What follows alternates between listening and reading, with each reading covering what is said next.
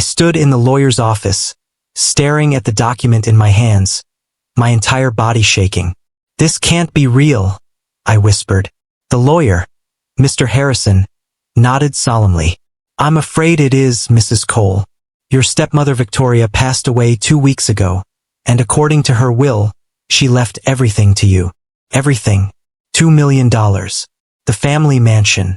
All of her assets. To me, the stepdaughter she had tortured for years. The girl she had starved and humiliated and tried to destroy. But that wasn't even the most shocking part. The most shocking part was the letter that came with the will.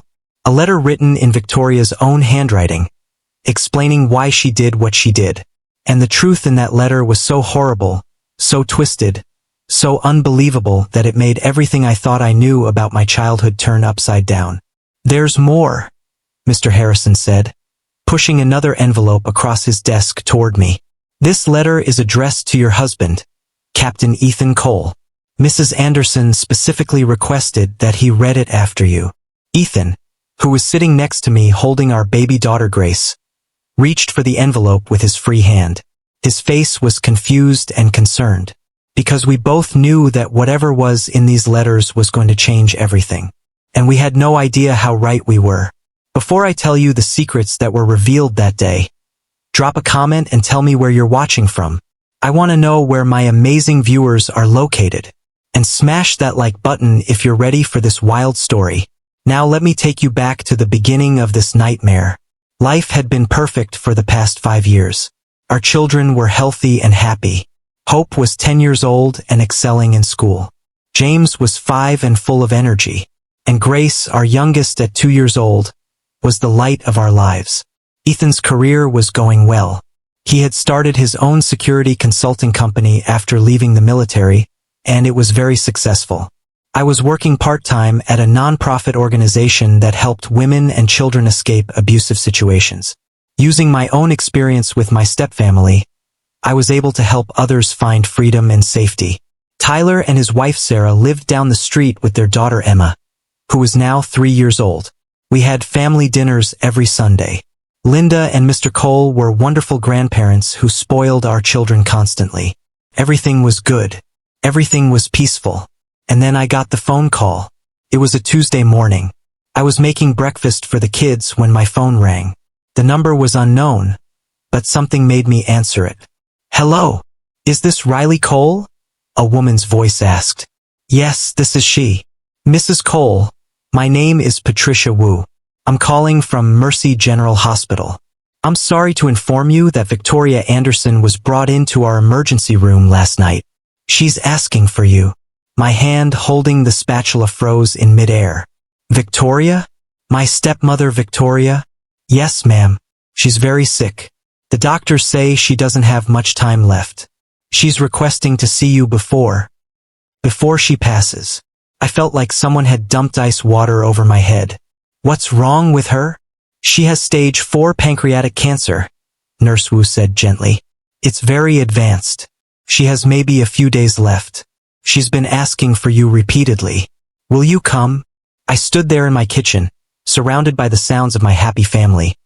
Hope practicing piano in the living room, James playing with his toy cars, Grace babbling in her high chair, Ethan getting ready for work upstairs. This was my life now, my real life, the life I had built far away from Victoria and her cruelty. Did I really want to go back? Did I want to see the woman who had made my childhood a living nightmare? "Mrs. Cole," Nurse Wu prompted. "Are you still there?" "Yes," I said finally. "I'm here. Which hospital did you say?" After I hung up, I stood there for a long moment, trying to process what I had just heard. Victoria was dying. The woman who had starved me, humiliated me, used me, and tried to destroy my life. She was dying, and she wanted to see me. Why? Ethan came downstairs, dressed for work, and immediately saw the expression on my face. "Riley, what's wrong? You look like you've seen a ghost." "Victoria is dying," I said, my voice sounding strange even to my own ears. "She's in the hospital. She wants to see me." Ethan's expression immediately hardened. After everything we'd been through with Vanessa, He had become very protective of anything that might threaten our family's peace. "You don't have to go," he said firmly. "You don't owe her anything, Riley. Not after what she did to you." "I know," I said. But what?" Ethan asked. I looked at my children. Hope had stopped playing piano and was watching us with concerned eyes. She was old enough to understand when something was wrong. "But I think I need to," I said slowly. "Not for her. For me. I need to close that chapter completely. And if I don't go, I'll always wonder what she wanted to say to me." Ethan studied my face for a long moment. Then he nodded. "Okay, but I'm coming with you." "You have meetings today," I protested. "I'll reschedule them," Ethan said. "Riley, if you're going to face that woman, you're not doing it alone. We learned that lesson with Vanessa. Remember?" I smiled despite the anxiety churning in my stomach. "Thank you." We arranged for Linda to come watch the children, and an hour later, Ethan and I were driving to Mercy General Hospital. Victoria's room was on the 4th floor of the hospital. As we walked down the hallway, I felt my heart pounding harder with each step. I hadn't seen Victoria in 7 years. 7 years since Ethan had destroyed her family's business. 7 years since I had walked away from that toxic family forever. What did she look like now? What did she want from me? We reached room 428. I took a deep breath and pushed open the door. The woman in the hospital bed looked nothing like the Victoria I remembered. That Victoria had been tall and imposing, always perfectly dressed with perfect makeup and perfect hair. That Victoria had looked at me with cold, cruel eyes that made me feel small and worthless. This Victoria was thin. So thin I could see the bones in her face. Her hair, which had always been dyed a perfect blonde, was now gray and stringy. Her skin was yellow, a sign that her liver was failing. She was hooked up to machines, and I could hear the labored sound of her breathing. She looked like she was already halfway to death. When she saw me, her eyes, the only thing that still looked the same, filled with tears. "Riley," she whispered, her voice hoarse and weak. "You came." I stood in the doorway, frozen. Ethan's hand was on my back, supporting me.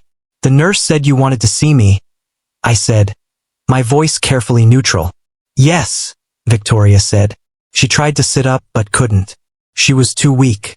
"Please, come closer. I need to talk to you." I walked slowly to the side of her bed. Ethan stayed close behind me, a protective presence. Victoria looked at Ethan, and something flickered in her eyes. "Fear? Shame?" "Captain Cole," she said. "Thank you for bringing her." "I'm not here for you," Ethan said coldly. "I'm here for Riley." Victoria nodded weakly. "I understand. I deserve that." She looked back at me. "Riley, I know you have no reason to listen to me. I know I was cruel to you. I know I made your life hell for years. But I need to tell you something before I die. Something important." "What?" I asked, keeping my voice flat and emotionless. Victoria's hand reached out, trembling, toward the bedside table. "In that drawer, there's an envelope. Please take it out." I hesitated, then opened the drawer. Inside was a thick envelope with my name written on it in Victoria's handwriting. "Open it," Victoria said. I opened the envelope. Inside were several photographs and a letter. The photographs were old, 25 years old, based on the date stamps on the back. They showed my mother and my father when they were young.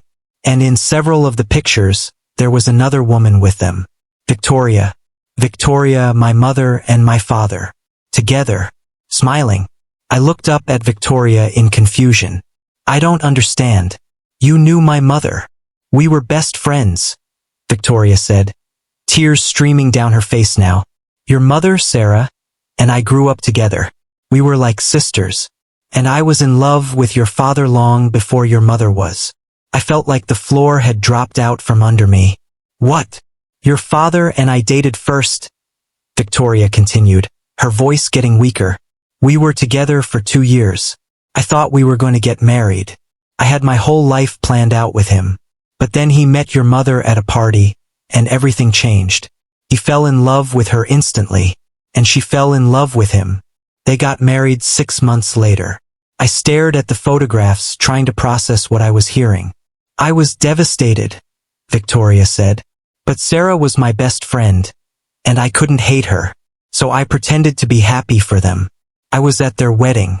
I was there when you were born. I watched them build the perfect life together, the life I was supposed to have. Why are you telling me this? I asked, my voice shaking. Because I need you to understand why I did what I did, Victoria said. When your mother got sick with cancer, I was there at the hospital with your father. I saw how broken he was. I saw how much he loved her. And when she died, I thought finally maybe he would see me. Maybe he would realize that I had been there all along, waiting for him. She paused to catch her breath, wincing in pain. So I pursued him, Victoria continued. I comforted him in his grief. I helped him with you. And eventually he married me. But Riley, you need to understand something. Your father never loved me. Not the way he loved your mother. I was just convenient. Someone to take care of you and his house. Someone to fill the space your mother left behind. That still doesn't explain why you tortured me, I said, anger rising in my voice now. Because you look just like her, Victoria said, her voice breaking. Every time I looked at you, I saw Sarah. I saw the woman who took the man I loved away from me. I saw the life I should have had. And I hated you for it. I hated that your father loved you so much when he could barely look at me. I hated that you had his love. Love that should have been for my children. So I took my anger and my jealousy out on you. And I'm so sorry. I stood there, holding those photographs, feeling like my entire understanding of my childhood had just been shattered. You destroyed my childhood because you were jealous of my mother? I said, my voice rising. You starved me and humiliated me and made me feel worthless because you couldn't have the man you wanted? Yes, Victoria whispered. And I regret it every single day. Riley, I was wrong. I was so wrong. You were an innocent child, and I punished you for something that wasn't your fault. I let my bitterness and jealousy turn me into a monster. Ethan spoke up, his voice hard. And what about forcing Riley to marry me? What about using her as a pawn in your business schemes? Victoria looked at him. I thought I was getting rid of her. I thought I was finally removing the reminder of Sarah from my life. But Riley, she looked back at me. When you left and married Captain Cole, I realized something. I realized that in trying to destroy you, I had lost the one chance I had to make things right. I had lost my stepdaughter. And I realized that I had become exactly the kind of person I hated. It's too late for apologies, I said coldly. You can't undo what you did to me. I know, Victoria said, but I can try to make amends. Riley, I'm dying. The doctors say I have maybe 3 days left. I've spent the last 6 months getting my affairs in order. And I want to give you everything. Everything, I repeated. Everything, Victoria confirmed. The house, my savings, all my assets. It's all going to you.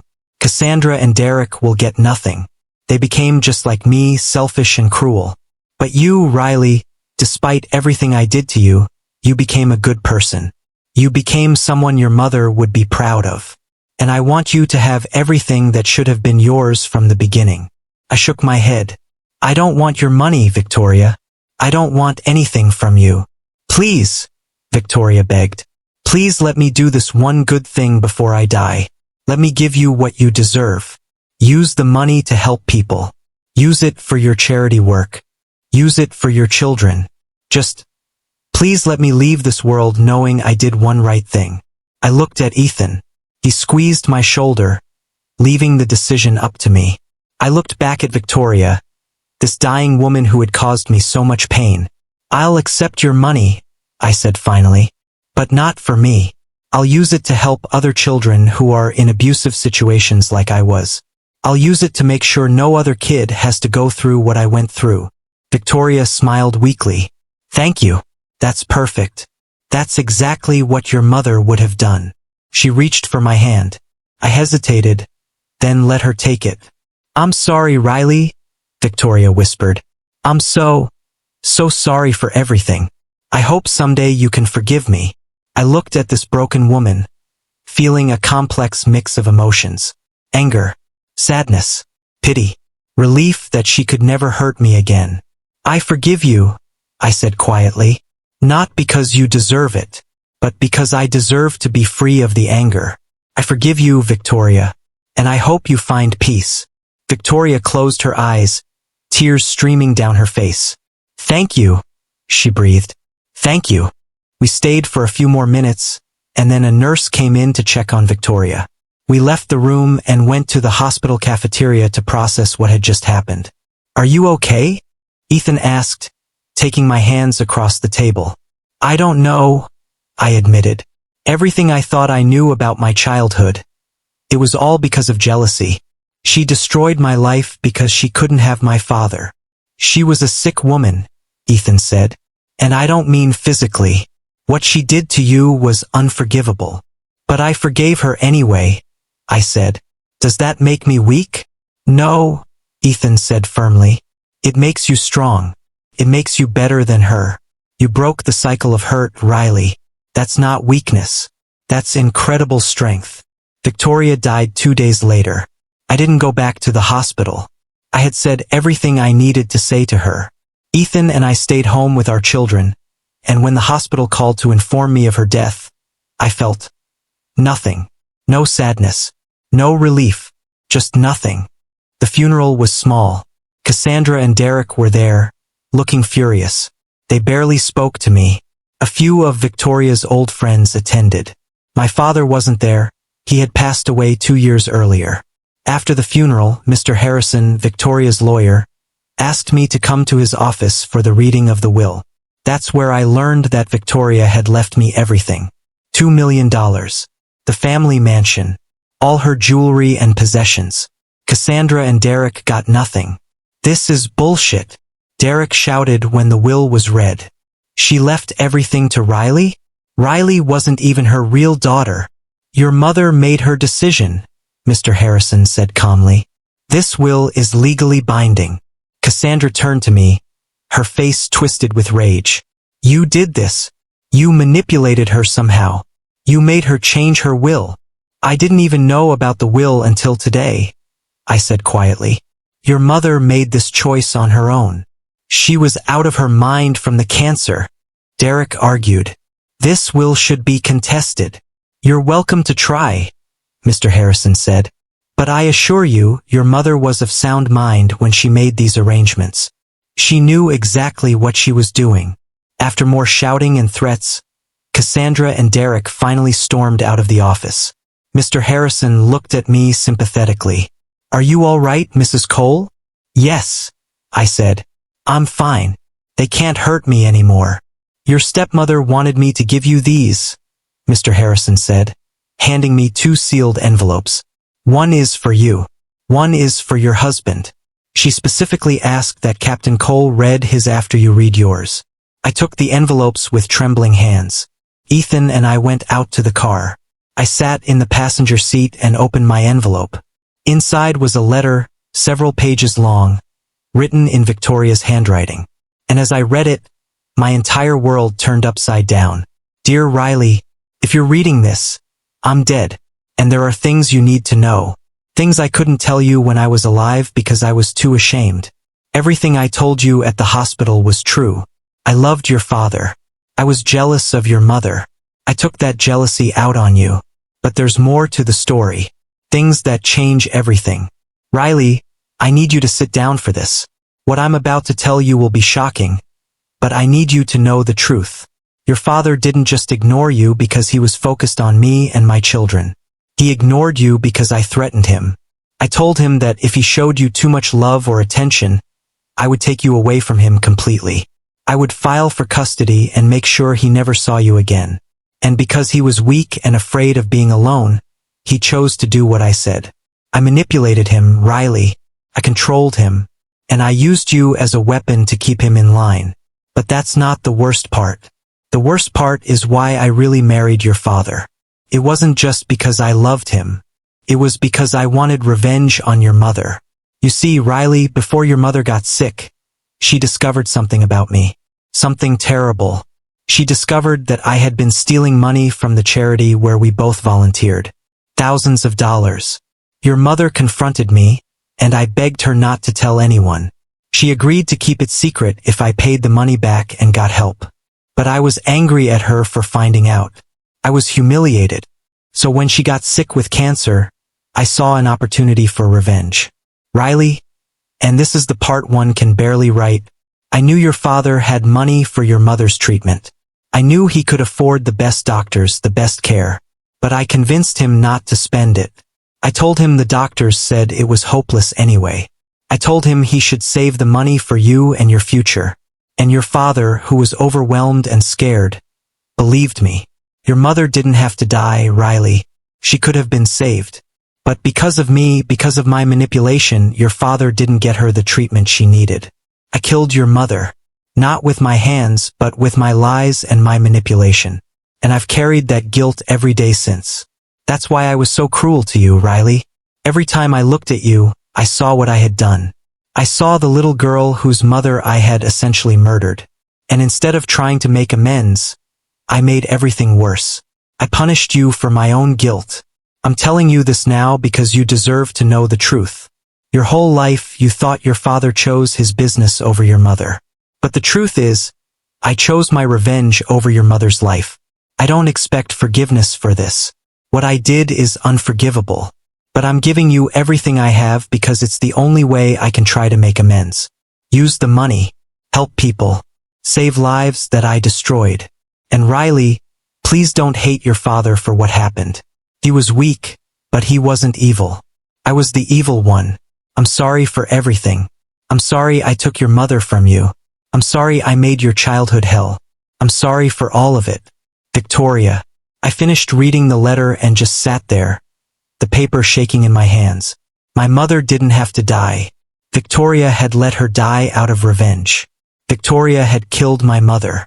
Riley, Ethan said, his voice filled with concern. What does it say? I couldn't speak. I just handed him the letter. I watched his face as he read it. I watched the shock, the horror, the anger cross his features. When he finished, he looked at me with devastated eyes. Riley, he started. She killed my mother, I whispered. All this time I thought my father chose money over my mom. But it was Victoria. She manipulated him. She let my mother die. Ethan pulled me into his arms, and I finally broke down. I cried for my mother, for my lost childhood, for the innocence that had been stolen from me. What do we do? I asked when I finally stopped crying. How do I process this? We'll figure it out together, Ethan said. But first, let's read my letter. Victoria said there was something important in it. With shaking hands, Ethan opened his envelope. And what was inside changed everything we thought we knew about our story. Ethan read the letter silently, his face going pale. What? I asked. What does it say? Ethan looked at me, and I saw something in his eyes I had never seen before. Fear. Riley, he said slowly. Victoria's letter to me. It's about the day of our wedding. The day you were forced to marry me. What about it? I asked. Ethan's hands were shaking as he held the letter. Victoria says that our marriage wasn't just about fixing her family's reputation. It was about something else. Something much bigger. What do you mean? I asked, confused. Riley, Ethan said, his voice tight. According to this letter, Victoria knew something about my accident. She knew something about the explosion that put me in the coma. My blood ran cold. What did she know? She knew it wasn't an accident, Ethan said, his voice barely above a whisper. Riley, Victoria is claiming in this letter that my explosion was planned, that someone tried to kill me, and she knew who it was. The car was silent except for our breathing. Who? I finally asked. Who tried to kill you? Ethan looked at me, and I saw tears in his eyes. According to Victoria, it was someone in my own unit, someone I trusted. Someone who wanted me dead because of something I discovered during our last mission. Victoria says she found out about it after we got married, and she kept it secret all these years because he stopped, unable to continue. Because why? I pressed. Ethan's voice was hollow. because the person who tried to kill me is still alive, still active in the military, still in a position of power. And Victoria says that if this person ever finds out I'm alive and remembering things, they'll try to kill me again. And this time, they'll make sure I'm dead. I felt like I couldn't breathe. And there's more, Ethan said, his voice shaking. Victoria says that by forcing you to marry me, she accidentally put you in danger too, because now you're connected to me. And if this person ever comes after me, they'll come after my family too. He looked at me with terror in his eyes. Riley, someone tried to kill me 7 years ago, and according to Victoria, they're still out there, waiting, watching, and they might come for us. I finished, my voice barely a whisper. Ethan pulled me close. I won't let anyone hurt you or our children. I promise. But even as he said it, we both knew the truth. Victoria's death hadn't closed the chapter on our past. It had opened a new one. One that was more dangerous than anything we had faced before. That night, Ethan and I sat at our kitchen table after putting the children to bed. Victoria's letters spread out before us like pieces of a deadly puzzle. We need to figure out who tried to kill you, I said, my voice steady despite the fear churning in my stomach. We need to know what you discovered on that mission that made someone want you dead. Ethan ran his hands through his hair, a gesture I knew meant he was stressed. The problem is, I don't remember. The explosion damaged part of my memory. I remember the mission itself. We were investigating suspected weapons smuggling in a war zone. But the details right before the explosion are fuzzy. Victoria's letter says she found out who it was, I said, picking up the letter again. She wrote that she discovered the truth 2 years after our wedding. But she never told you because she was afraid of what would happen. Keep reading, Ethan said. There must be more clues in that letter. I read further down the page and then I saw it. A name written in Victoria's shaky handwriting, underlined 3 times. Colonel Marcus Wade, I read aloud. Ethan's entire body went rigid. What did you just say? Colonel Marcus Wade, I repeated, looking up at him. Do you know that name? Ethan's face had gone completely white. Marcus Wade was my commanding officer. He was the one who sent me on that final mission. He was... Ethan stopped, his eyes going wide. Oh my God. What? I asked urgently. What is it? I remember now, Ethan said, his voice shaking. It's coming back. Riley, on that mission, we weren't just investigating weapons smuggling. We stumbled onto something bigger. We found evidence that someone high up in the military chain of command was selling weapons to enemy forces. We found documents, financial records, everything. And you reported it to Colonel Wade, I said, understanding dawning. Yes, Ethan confirmed. I called him on the secure line and told him what we'd found. I sent him photographs of the documents. And the next day, he touched the scars on his face. The next day, there was an explosion during what was supposed to be a routine patrol. An explosion that killed 2 of my men and put me in a coma. Because Wade was the one selling the weapons, I finished. And you had discovered his crime. Ethan nodded slowly. Victoria's letter says she found out because she hired a private investigator after our wedding. She wanted to know more about the Cole family, about whether your marriage to me would really help her reputation. The investigator dug into my military records and found discrepancies. He found evidence that the explosion was caused by remotely detonated explosives, not an accident or enemy attack. Someone had planted those explosives on our route. Why didn't Victoria tell you? I asked. Why didn't she go to the authorities? Ethan kept reading his letter. She says here that she tried. She says she took the evidence to a military lawyer, but the lawyer warned her that Wade was too powerful, too connected. Going after him would be dangerous, and without me awake to testify about what I'd seen, there wasn't enough evidence to convict him. The lawyer advised her to keep quiet and hope that Wade never learned I had survived and woken up. But now Victoria is dead, I said, feeling cold dread settle over me. And if Wade finds out that you've received these letters, he'll know that I know the truth, Ethan finished. And he'll come after us to protect his secret. We sat in silence for a moment, the weight of the situation pressing down on us. What do we do? I asked finally. Do we go to the police? The FBI? Who can we trust? Ethan picked up his phone. There's one person I can trust. My old friend Captain James Rodriguez. He was in a different unit, but we went through training together. He's working in military intelligence now. If anyone can help us navigate this, it's him. 2 days later, Captain Rodriguez arrived at our house. He was a tall man in his early 30s with sharp eyes that seemed to take in everything at once. Ethan, he said, shaking my husband's hand firmly. It's been too long. I was so glad to hear you recovered from that coma. Thanks for coming, James, Ethan said. This is my wife, Riley. Mrs. Cole, Rodriguez said, shaking my hand. Ethan told me on the phone that you've uncovered something serious. Something about his accident.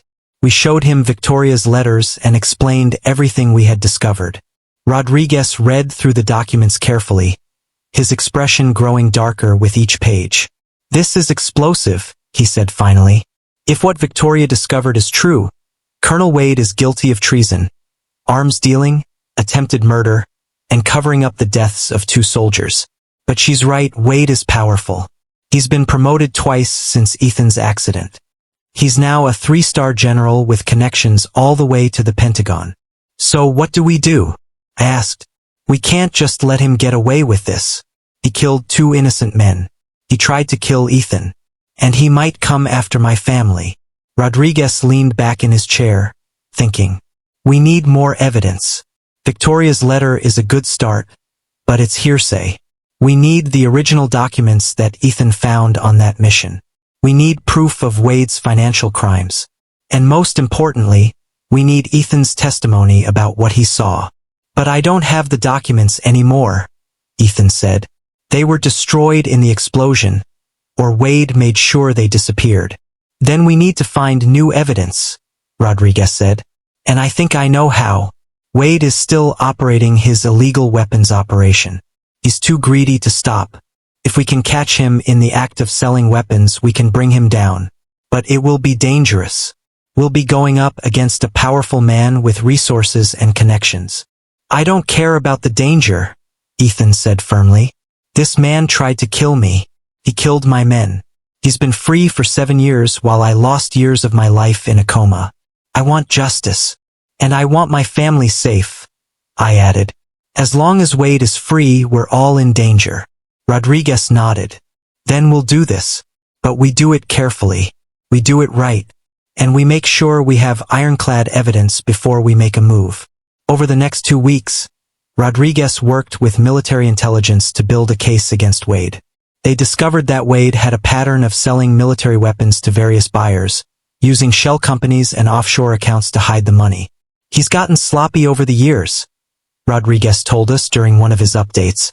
He thinks he's untouchable. That's going to be his downfall. The plan was simple but risky. Rodriguez's team had learned that Wade was planning a major weapons sale in 3 weeks. They would let the sale happen, catch Wade in the act with undercover agents and surveillance, and then arrest him with overwhelming evidence.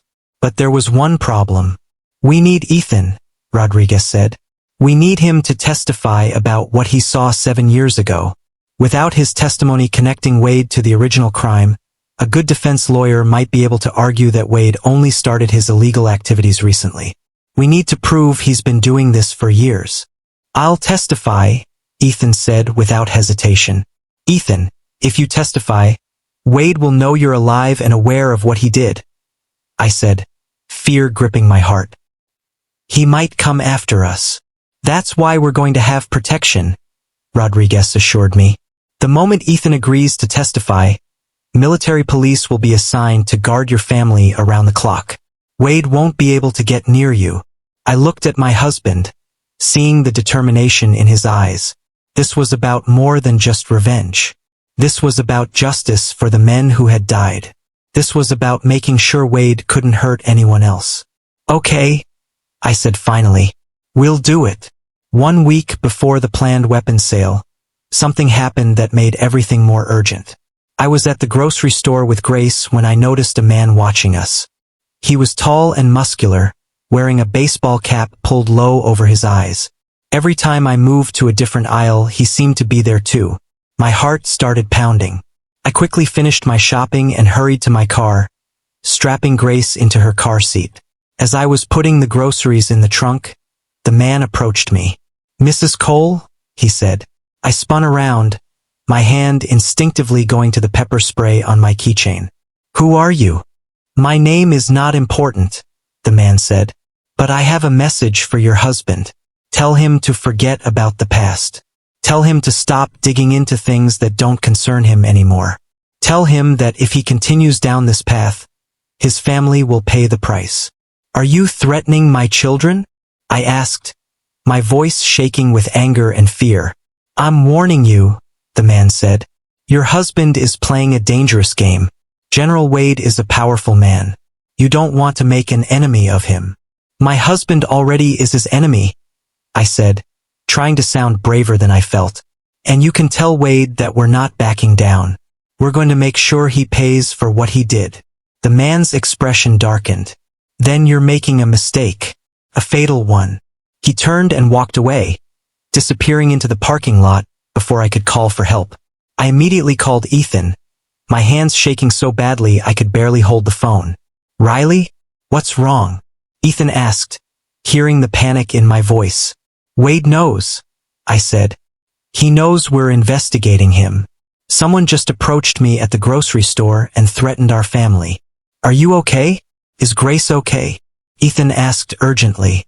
"We're fine," I said. "But Ethan, he knows, and he's not going to wait for us to build our case. He's going to come after us now." "Go straight home," Ethan said.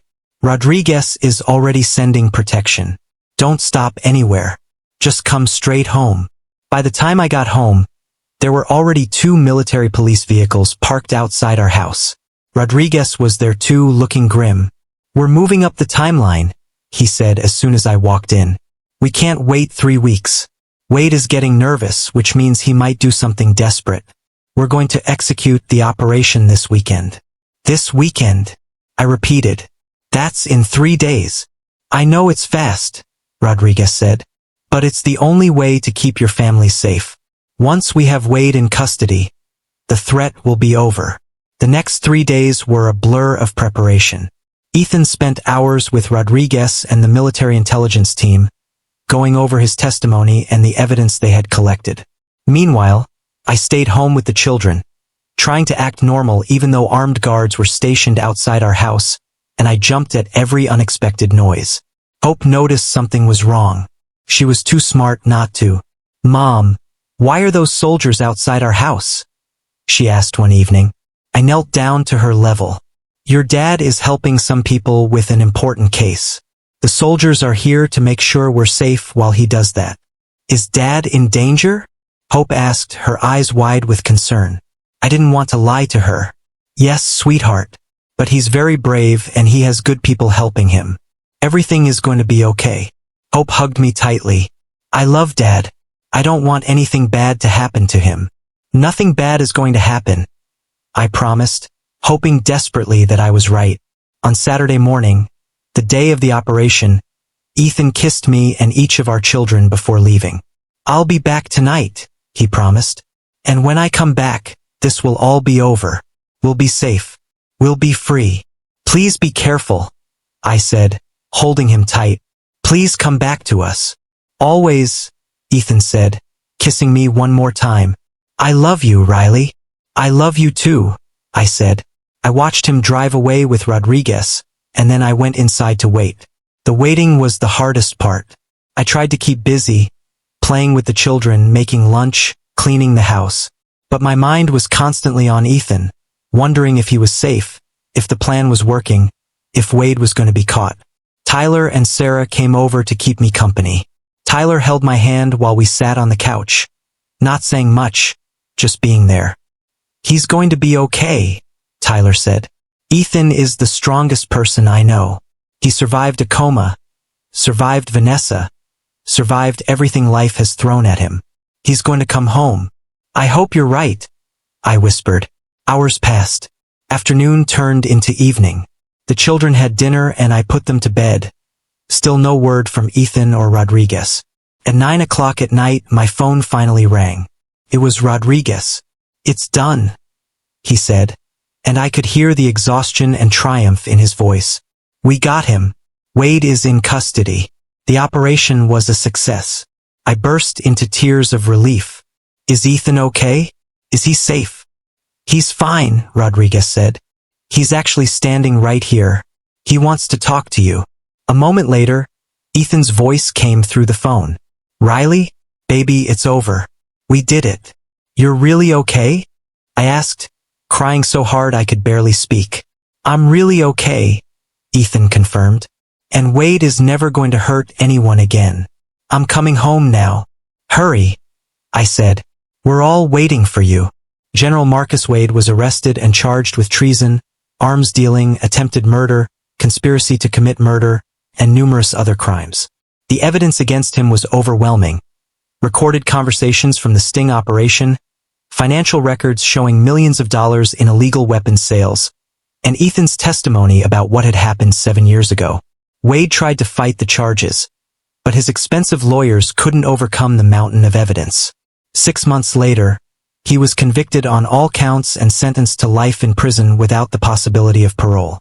The 2 soldiers who had died in the explosion with Ethan, Lieutenant David Miller and Sergeant Anthony Rodriguez, no relation to Captain Rodriguez, were posthumously awarded medals for their service. Their families finally got answers about what had really happened to their loved ones. Ethan was also awarded a medal for his courage in bringing Wade to justice, and for the injuries he had sustained while serving his country. At the award ceremony, surrounded by our family and friends, Ethan gave a speech. "7 years ago, I was put in a coma by a man I trusted," he said. "I lost years of my life. I lost time with my family. But in a strange way, that coma led me to the greatest gift I've ever received, my wife, Riley." He looked at me, and I saw love shining in his eyes. Riley was forced to marry me by her cruel stepfamily, who wanted to humiliate her and get rid of her, Ethan continued. They thought they were punishing her by making her marry a man in a coma. But instead, they gave her to someone who would spend the rest of his life protecting her, loving her, and building a beautiful family with her. There wasn't a dry eye in the room. "My stepfamily tried to break me," I said when it was my turn to speak. "They tried to make me feel worthless and small, but they failed, because they introduced me to a man who showed me what real love looks like. A man who chose me every single day. A man who fought for our family even when it was dangerous." I looked at Victoria's old mansion, which I had sold months earlier. The money had gone to starting a foundation in my mother's name, the Sarah Anderson Foundation for Abused Children. We had already helped dozens of children escape bad situations and find safe homes. "My stepmother spent her life being bitter and cruel," I continued. "But in the end, she tried to make amends. She gave me the resources to help other children who were suffering like I did. And I choose to remember her for that final act of kindness, rather than for all the years of cruelty that came before it." 5 years after Wade's conviction, I stood in the backyard of our home, watching our children play. Hope was 15 now, confident and strong, talking about becoming a lawyer to help people who couldn't defend themselves. James was 10, athletic and brave, already talking about joining the military like his father. Grace was 7, sweet and artistic, always drawing pictures of our family. And our newest addition, twin boys named Daniel and Michael, who were 3 years old, were chasing each other around the yard, laughing. Tyler and Sarah's family had grown too. They now had 3 children, Emma, who was 8, and twin daughters Lily and Rose, who were 2. Linda and Mr. Cole were sitting on the porch, watching their grandchildren play. They looked happy and content. Ethan walked up behind me and wrapped his arms around my waist, resting his chin on my shoulder. "What are you thinking about?" he asked softly. "About how far we've come," I said. "About how much has changed since that day I stood in a hospital room about to marry a stranger." "Do you ever regret it?" Ethan asked. "Everything we've been through. Vanessa, Wade, all of it?" "Never," I said firmly, turning to face him. "Every challenge we faced made us stronger. Every threat we survived proved that nothing can break us apart. I wouldn't change a single thing because it all led us here. Ethan kissed me softly. I love you, Riley Cole. Thank you for saving my life. Thank you for saving mine, I said. Hope called out to us from across the yard. Mom, Dad, come play with us. We walked hand in hand toward our children, toward the beautiful, chaotic, perfect life we had built together. My stepfamily had tried to humiliate me by forcing me to marry a comatose soldier. But that soldier woke up and showed me what it meant to be truly loved. He woke up and made my enemies regret ever underestimating me. He woke up and gave me a family, a purpose, and a life beyond my wildest dreams. Victoria had spent her final days trying to make amends, revealing truths that could have destroyed us but instead made us stronger. Wade had tried to silence Ethan permanently, but instead, his crimes were exposed and justice was served. And me, the girl who was supposed to be humiliated and cast aside? I became a woman who used her pain to help others. A woman who built a foundation that had saved hundreds of children from abuse. A woman who had a husband who loved her fiercely and children who filled her life with joy. I had everything my stepfamily had tried to take from me. Happiness, love, purpose, and peace. And as I stood there in my backyard, surrounded by the people I loved most in the world, I realized something important. The best revenge isn't destroying your enemies. The best revenge is building a life so beautiful, so full of love, that your enemies can only watch from the outside and realize what they lost when they tried to break you. My family had forced me to marry a comatose soldier, thinking they were winning. But in the end, I won everything. Thank you so much for following Riley and Ethan's incredible journey through all 3 parts of their story. Their tale shows us that love can bloom in the most unexpected circumstances, that forgiveness can set us free, and that the family we choose is often stronger than the family we're born into. Riley went from being a scared, abused young woman forced into an impossible situation to becoming a strong, confident woman who used her past pain to help others. Ethan went from being a soldier broken by betrayal to becoming a loving husband and father who fought for justice and protected his family at all costs. Together, they proved that sometimes the worst moments of our lives can lead us to our greatest blessings. Please subscribe to this channel to support our growth. We have so many more amazing stories coming your way, and I don't want you to miss a single one. Drop a comment below and tell me, what was your favorite part of Riley and Ethan's story? Do you think Victoria deserved forgiveness? Were you surprised by the reveal about General Wade? What other types of stories would you like to see on this channel? Don't forget to hit that like button. Your support means everything and helps us continue bringing you these powerful, emotional stories. Remember, no matter what challenges you're facing, no matter how dark things seem, there's always hope. There's always the possibility of a beautiful tomorrow. Keep fighting, keep believing, keep choosing love. Until next time, this is your storyteller signing off. Stay strong, stay kind, and never let anyone make you feel like you're not worthy of an amazing life. 2 hearts. See you in the next story.